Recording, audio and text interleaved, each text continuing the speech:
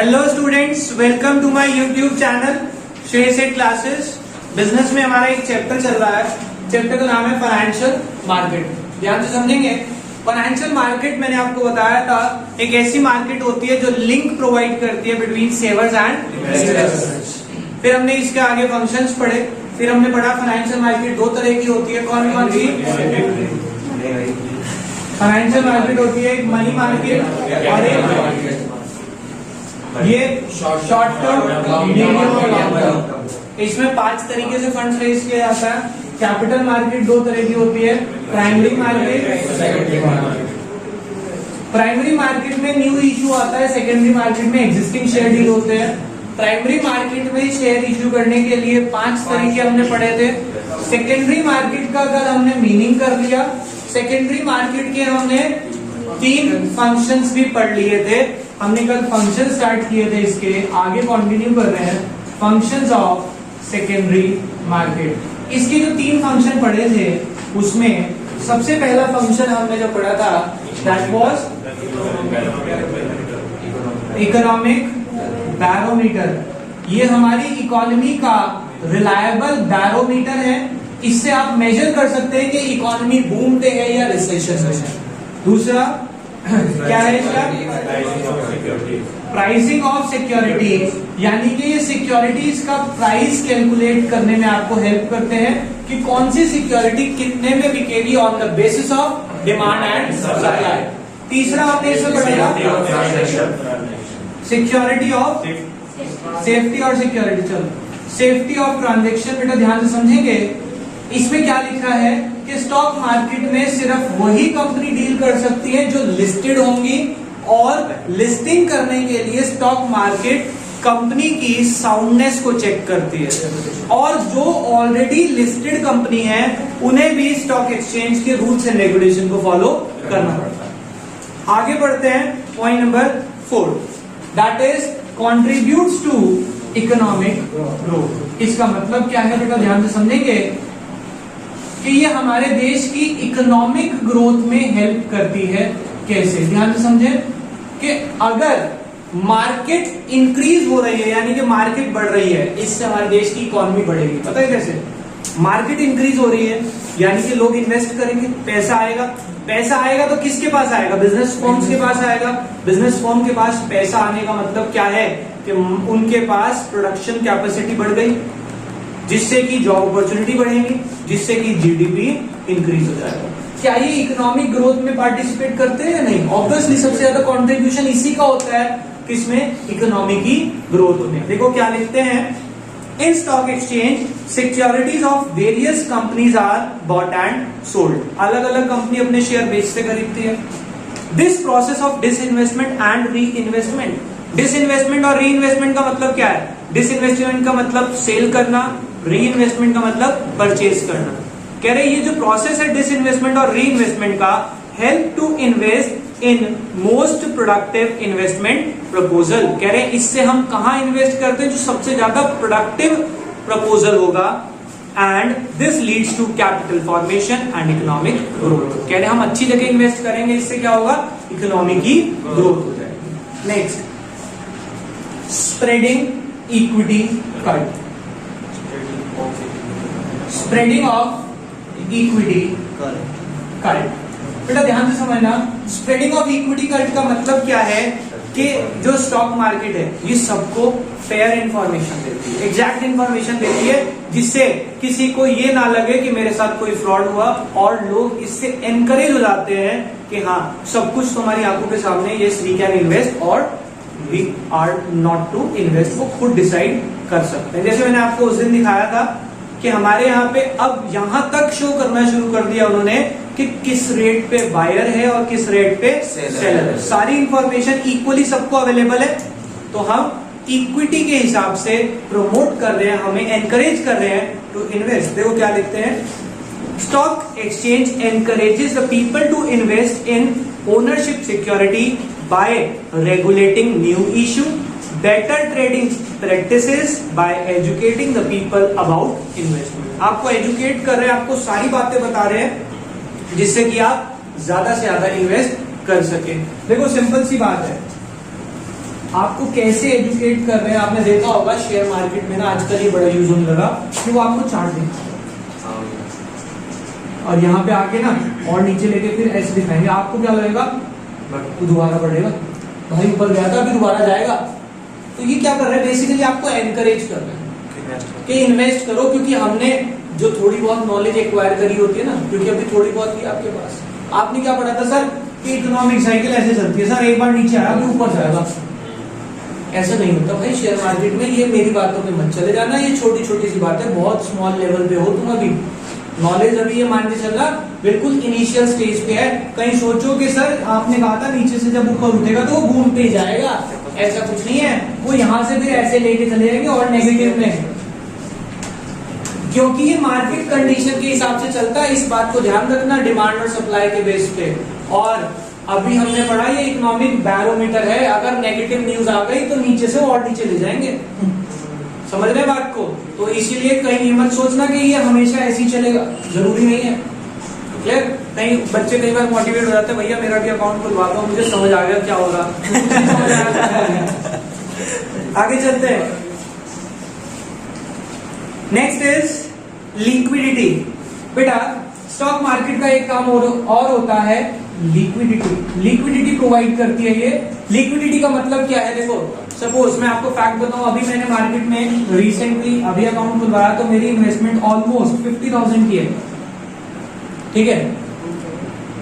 इस इन्वेस्टमेंट का अगर मैं करंट वैल्यू चेक करूं आज तो ये आ रहा है 42,000, तो ऑब्वियसली मेरा लॉस चल रहा है क्योंकि मार्केट अभी डाउनवर्ड है, रिसेशन की तरफ जा रही है, सॉरी डिप्रेशन की तरफ। तो ये जब मेरा लॉस है, अगर मुझे आज पैसों की जरूरत पड़े तो मैं इन शेयर्स को आज 42,000 में बेच के अपने पैसे को रियलाइज कर सकता हूं। इसका मतलब स्टॉक मार्केट मुझे क्या दे रही है, liquidity. Liquidity means chance of converting the investment into cash as well as cash into securities as and when required. जब जरूरत पड़े आप कैश को सिक्योरिटीज में बदलवा लें और जब जरूरत पड़े सिक्योरिटीज को कैश में कन्वर्ट करा लें। ये ऐसी अपॉर्चुनिटी देते हैं आपको। देखो क्या लिखा है, the main function of stock market is to provide ready market for sale and purchase of security. The presence of stock exchange market gives assurance to the investor that their investment can be converted into cash whenever they want. जब चाहे तब वो अपनी securities को cash में convert करा सकते हैं, कोई problem. Last point, promotes the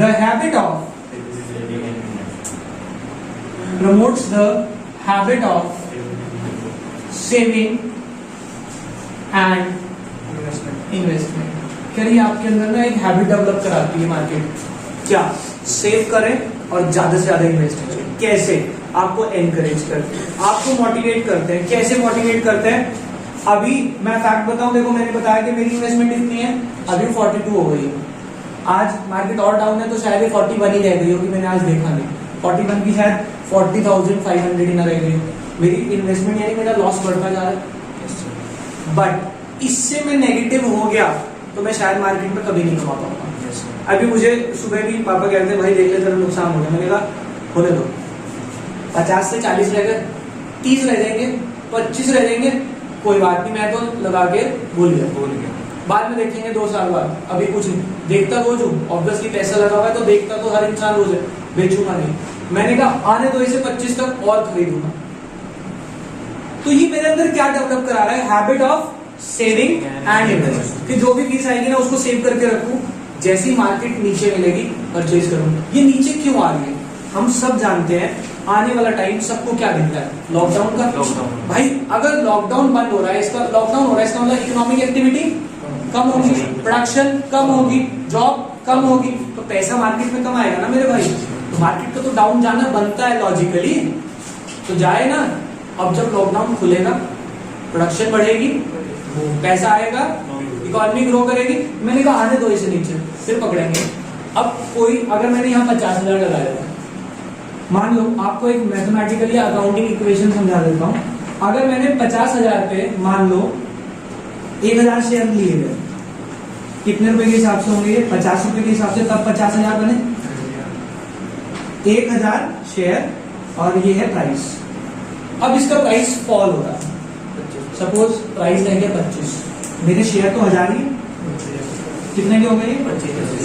loss हो गया मेरा 25,000 का, मैं इसको बेच नहीं रहा, मैंने 25 हो गया ना, मैंने यहाँ पे 1000 शेयर और खरीद लिए 25 के हिसाब से, कितने हो गए? 25,000 और लग गए। मेरी इन्वेस्टमेंट कितने की हो गई? 50 पहले, 25 अब 75,000 की इन्वेस्टमेंट हो गई, लेकिन मेरे पास शेयर कितने हो गए? 2000 शेयर हो गए 2000। तो अगर मैं इसकी एवरेज निकालता हूँ ना, तो अब ये मेरा 50 रुपए का नहीं रहा शेयर मेरे लिए, जो मेरी परचेज प्राइस पता है कितनी हो गई? 37.5। रेट फॉल हो गया मेरा, क्योंकि एक चीज 50 पे खरीदी, एक चीज 25 पे खरीदी, दोनों का एवरेज हो जाएगा ना। तो जैसे ही वो 37 से ऊपर क्रॉस होगा, मेरा प्रॉफिट बुक होना शुरू हो जाएगा, मुझे 50 होने की वेट नहीं करनी है। तो दैट इज व्हाट एवरेज। तो इन्वेस्टमेंट कर रहा हूं, लेकिन एक स्ट्रैटेजिक इन्वेस्टमेंट बोल सकते हैं हम इसे। तो that is what stock market provides you. ये बहुत आगे की बातें आपको बता रहा हूं, बट स्टिल इससे बच्चे का इंटरेस्ट बनता है। हाँ, मार्केट में ऐसा हो रहा है। पढ़ते हैं, देखो क्या लिखा है। The stock market offers an attractive opportunity of investment in various security. ये आपको अट्रैक्टिव अपॉर्चुनिटी देती है इन्वेस्टमेंट की। These attractive opportunity encourage the people to save more and invest in securities of corporate sector। आपको encourage कर रहे हैं कि सेव करें और कॉर्पोरेट सेक्टर यानी कंपनीज के शेयर में इन्वेस्ट करें, rather than investing in unproductive assets such as gold silver. कह रहे अनप्रोडक्टिव एसेट्स में मत लगाओ, वहां पे कोई फायदा नहीं है। अब लोग कहते हैं कि सर ऐसा तो नहीं है, खासकर बच्चे, क्योंकि बच्चों ने घर में आज तक मम्मी से यही सुना है, भाई गोल्ड का रेट बहुत तेज हो गया, यस हाँ, उसमें लगा लेना चाहिए, सबसे सेफ इन्वेस्टमेंट है। ये मम्मी की वर्डिंग होती है। पापा जिनके जॉब कर रहे हैं वो भी यही कहते हैं, पर जिसके फादर बिजनेसमैन है ना, कहेंगे बेकार है गोल्ड लेके रखना। क्यों? आप अगर एनालाइज करें, बेटा नहीं लॉजिक भी क्या दिया इधर 2016 में जब डीमोनेटाइजेशन हुआ था, एट दैट टाइम सबने गोल्ड परचेज किया था, सबने किया था एक तरफा। उस टाइम पे गोल्ड का रेट सबको याद भी होगा 42,000 था। आज अगर आप गोल्ड का रेट देखें, दैट इज 47,000 अराउंड, एग्जैक्ट नहीं पता, कुछ इसके आसपास चल रहा है। 50 कुछ हो गया था, 47 आ गया वापसी। कितना बढ़ा? 5,000। मार्केट में लॉकडाउन अभी लगा था, एक साल पूरा नहीं हुआ। मार्केट में जो शेयर मैंने खुद ने भी खरीदा था, कितने का था वो? 30 रुपीज का। वो शेयर पता कितने का हो गया था? वो हो गया था 300 का। अभी वो शेयर कितने का आ गया वापसी? अब मार्केट गिरनी शुरू हो गई, वो फिर से आ गया 240 का। देखो कितना फ्लक्चुएशन है, 10 टाइम्स इंक्रीज हुआ।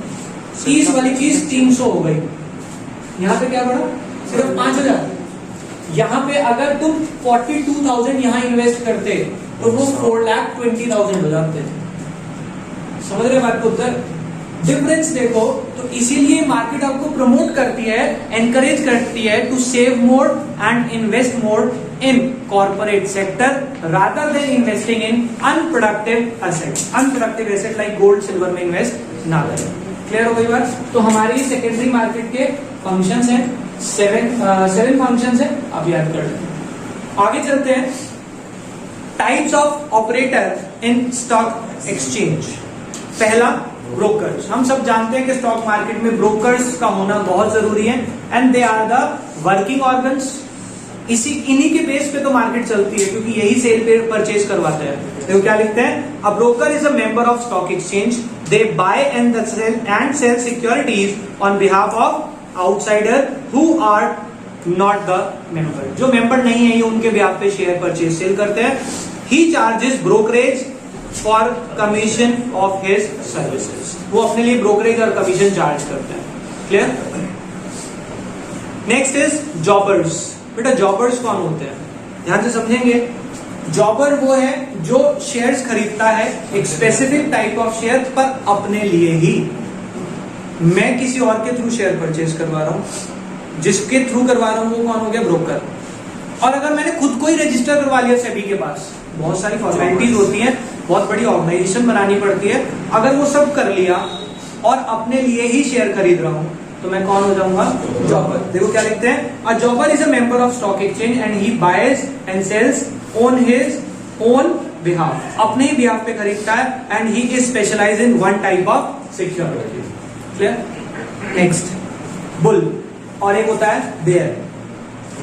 बुल और बेयर आपने हर्षद मेहता देखिए, वहां पे अब सब बच्चों को ये समझाना बड़ा आसान हो गया। पिछली बार तक बुल और बेयर समझाना बड़ा मुश्किल था।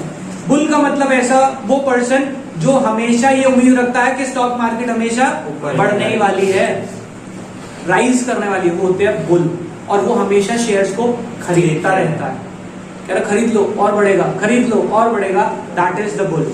और बेयर वो हमेशा एक्सपेक्टेशन रखता है कि शेयर प्राइस गिरेगा, वो कह रहा है बेच दो, क्योंकि शेयर मार्केट में ब्लैंक सेलिंग भी अलाउड होती है। अभी ब्लैंक सेलिंग का मतलब दोबारा से बताऊंगा, पहले भी बताया था। पहले हम पढ़ते हैं bull. A bull is a speculator who expect rise in price. एक ऐसा स्पेक्युलेटर जो हमेशा एक्सपेक्ट करता है rise in price. He buys the security with a view to sell them in future at a higher price and making profit out of it. कह रहे अभी सस्ता, अभी खरीद लो, फ्यूचर में महंगा होगा, बेच के प्रॉफिट कमाएंगे। When the price of securities are rising, then it is known as bullish market. कह रहे जब प्राइस बढ़ता है तो बुलिश मार्केट होती है, and when price falls, it is known as bull liquidation, यानी कि बुल खत्म हो रहा है। क्लियर हो गई बात? बेयर आपको बता दिया, वो स्पेक्युलेटर जो हमेशा एक्सपेक्ट करता है अ फॉल इन प्राइस, और जब वो फॉल इन प्राइस एक्सपेक्ट कर रहा है तो क्या करेगा, सिक्योरिटीज को सेल करता है। जो सिक्योरिटीज उसके पास नहीं है उन्हें भी बेच देता है। कैसे बेच देता है? अगर मैं आपको प्रैक्टिकली दिखाऊं, पहले तो मैं आपको सिर्फ बताता था कि जो शेयर मेरे पास नहीं है मैं उन्हें भी बेच सकता हूं मार्केट में। अभी तो मेरे पास ऐप है तो मैं दिखा भी सकता हूं। एक मिनट वेट करें बेटा, इधर देखिए जरा, चलो कोई प्रॉब्लम, इधर देखो बेटा प्लीज। आगे देखना, रेड और ग्रीन सिंबल्स आपको दिख रहे हैं। रेड और ग्रीन सिंबल में रेड का मतलब क्या है, फॉल होगा, ग्रीन मतलब राइज। अब ये चेंज होते रहेंगे हर सेकंड में। रेड और ग्रीन में एक फर्क और होता है, रेड में मतलब यहाँ पे सेलर ज्यादा खड़े हैं और ग्रीन में मतलब बायर ज्यादा खड़े हैं, खरीदने वाले ज्यादा है। अब इससे क्या होता है, देखो मेरे पास ये है, कोई भी कंपनी का शेयर ले लो, एशियन पेंट्स का शेयर है, और मैं किसी एक कंपनी को प्रमोट नहीं कर रहा, मैंने इसके शेयर पे क्लिक किया, इसकी एक विंडो खुलेगी, ये दूसरी विंडो खुली। अब यहाँ पे नीचे देखिए बाय और सेल दोनों लिखा हुआ है, जबकि मेरे पास एशियन पेंट का कोई शेयर है नहीं, फिर भी मुझे सेल का ऑप्शन क्यों दे रहा है? क्योंकि जो चीज मेरे पास नहीं है मैं उसे भी बेच सकता हूँ। अभी जैसे एशियन पेंट्स के शेयर का रेट चल रहा है 2488, क्या चल रहा है 2488। अब यहाँ पे मैं, हाँ एक शेयर, मैं यहाँ पे आपको एग्जांपल देता हूँ, इसका एक शेयर का प्राइस चल रहा है, इधर देखें 2488। अगर मैं इस रेट पे इस शेयर को जो मेरे पास है नहीं, मैं इसको सेल कर दूं, अब सेल कर दिया, जो चीज मेरे पास नहीं है मैंने कह दिया हाँ ले ले भाई, और उसको दे दी।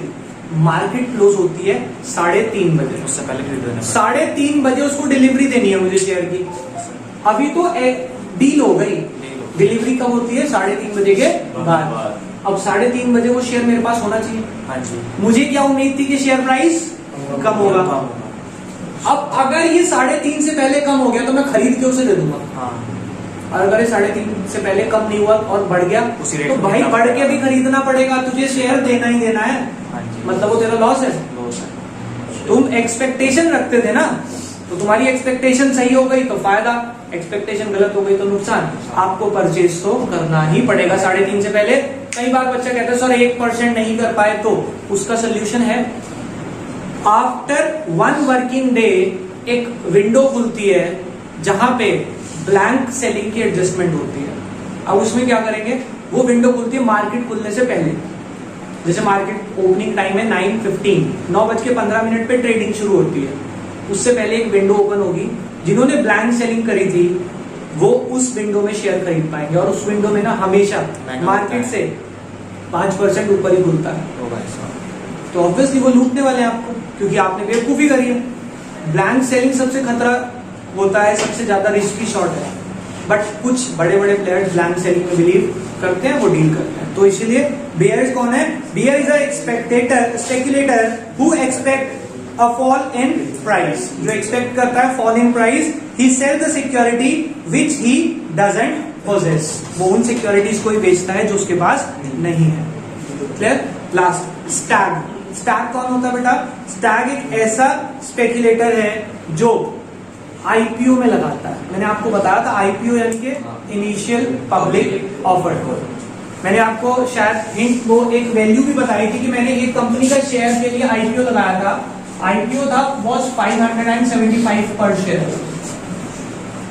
575 का शेयर उन्होंने लिस्टिंग कराई थी अपनी कि हम एक शेयर कितने का बेचेंगे, 575। ये वैल्यू कैसे निकालते हैं वो अभी अकाउंट्स में बता दूंगा किसी दिन। उन्होंने कहा कि मैं 575 का शेयर बेचूंगा। मैंने कहा ओके, मैंने उसकी बैलेंस शीट पढ़ी, सब कुछ मुझे अच्छा लगा। मैंने कहा इतने की तो वैल्यू है कंपनी की, वो वैल्यू कैसी है वो एनालिसिस करना पड़ता है बैलेंस शीट को, वहां से पता लगता है कि कंपनी की वैल्यू कितनी है। मुझे 575 के हिसाब से शेयर बहुत अच्छा लगा, मैंने इसकी परचेजिंग बिड डाल दी कि मुझे ये शेयर खरीदना है। ठीक है, क्या सोच के कि इसमें इन्होंने ना मुझे, जो मैंने अप्लाई किया था वो था मेरा कितने शेयर्स के लिए, 80 शेयर्स के लिए मैंने अप्लाई किया। क्या उम्मीद रखी थी कि जिस दिन ये शेयर लिस्ट होगा, ओपन होगा, उस दिन इसके रेट ज्यादा होंगे, बेच के पैसा कमा लूंगा। अलॉटमेंट पे क्या हो जाएगा, इसका प्रीमियम हो जाएगा, प्रीमियम पे बेच लूंगा और प्रॉफिट अर्न कर लूंगा। प्रीमियम तो समझते हैं, कौन सा बताया था आपको। ये एक्चुअल में ये शेयर पता कितने का लिस्ट हुआ, 1150 वो ये कैसे डबल पे लिस्ट हुआ था। बट दिक्कत क्या आई, मुझे तो मिला ही नहीं था। हाँ। वरना मेरी जो इतनी इन्वेस्टमेंट थी डबल हो गई थी बिल्कुल। हाँ। वो होते हैं स्टैग, जो एक्सपेक्टेशन रखते हैं किस चीज की, कि अलॉटमेंट पे ये प्रीमियम हो जाएगा और प्रीमियम पे प्रॉफिट कमाएंगे। देखो क्या लिखते हैं, stag is also the speculator, stag is also the speculator who applies for new security in expectation that price will rise at the time of allotment and we can sell them at a premium। समझ आ गई बात, ये होते हैं Stag. हाँ जी बोलो। क्योंकि over subscription था तो जितनी एक्स्ट्रा आई थी उन्होंने रिजेक्ट कर दी। पढ़ा अकाउंट्स में, पूरी स्टॉक मार्केट हमारी 12th में है अगर हम समझना चाहें तो। आगे चलते हैं, ट्रेडिंग प्रोसीजर। अगर अब बच्चे के दिमाग में कीड़ा आता है, भैया मार्केट के बारे में बहुत समझा दिया, मेरे को भी शेयर खरीदने हैं और आप ट्रेड करना चाहते हैं, तो आपको क्या प्रोसीजर फॉलो करना है। सबसे पहले अपने लिए एक ब्रोकर चूज करें जिसके पास आप अकाउंट खुलवाएंगे। जैसे मेरा अकाउंट कौन से ब्रोकर के पास है ऑनलाइन, अगर हम बात करें अलग अलग है, शेरखान है, 5paisa.com है, 0 पैसा, 0 अड्डा, अलग अलग नाम से ब्रोकर हैं जो ऑनलाइन डील करते हैं। और फिजिकल डीलिंग वाले भी हैं, कोटक सिक्योरिटीज है, यहाँ पे हमारे पास कोट रोड पे अवेलेबल है उसका बैंक। ठीक है, इंडिया बुल्स के नाम से भी है जो सिक्योरिटीज में डील करते हैं। तो बहुत सारे ऐसे ब्रोकर हैं। तो पहले तो आप अपना ब्रोकर चूज करें किसके पास आपने डीलिंग करनी है। उस ब्रोकर के पास आपको अपना अकाउंट खुलवाना पड़ेगा, डीमैट अकाउंट। डीमैट अकाउंट कौन सा होता है, जैसे आपका बैंक अकाउंट होता है वैसे ही डीमैट अकाउंट होता है, लेकिन उसमें सिर्फ शेयर्स की परचेज और सेल होती है। किसमें? डीमैट अकाउंट में। तो उस ब्रोकर के पास आपको डीमैट अकाउंट खुलवाना पड़ेगा।